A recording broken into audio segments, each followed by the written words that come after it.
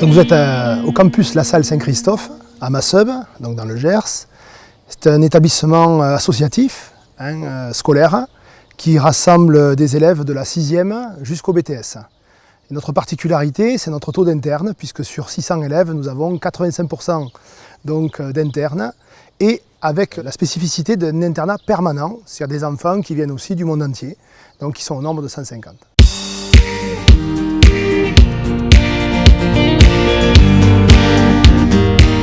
Le 13 mars, il y a eu l'allocution présidentielle et le lundi 16, les établissements étaient officiellement fermés.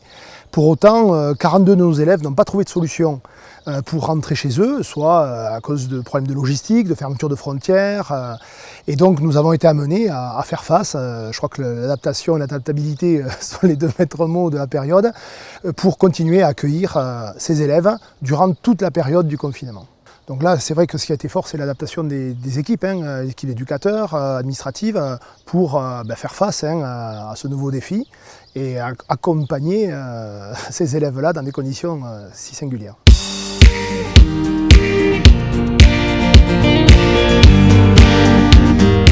Je crois que dans cette période très anxiogène où l'incertitude est omniprésente, ça a été de pouvoir se rassurer.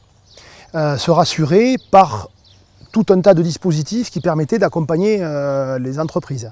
Donc que ce soit dans le déport de remboursement d'annuité ou d'accompagnement à la trésorerie, on savait que le cas échéant, on pourrait aller chercher des solutions de façon à piloter et essayer que l'amortissement soit raisonnable.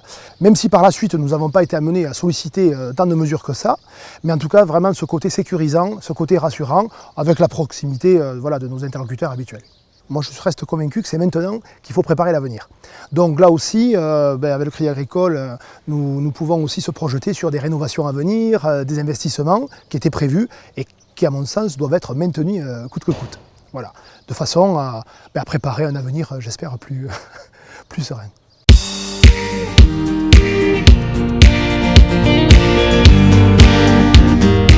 Il faut continuer à innover, à anticiper, à prévoir des scénarios différents.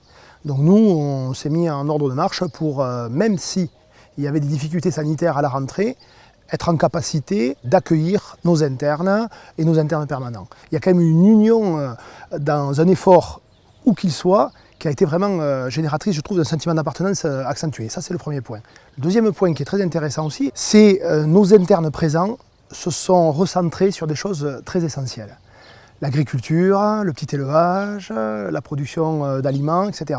Ça a été une belle surprise pour moi de voir cet intérêt qui a grandi durant ces 2 mois de confinement autour de l'environnement, de l'écologie, de l'agriculture. Du coup, fort de cet élan, nous avons décidé d'accélérer le projet Ecocampus, qui était déjà prévu, qui vise, disons, d'avoir une entrée un peu globale sur l'écologie et l'agronomie dans l'établissement, en reconnectant une majorité de jeunes, d'enfants, et pourquoi pas d'adultes, sur le fait alimentaire, la production, le goût et du coup la production agricole.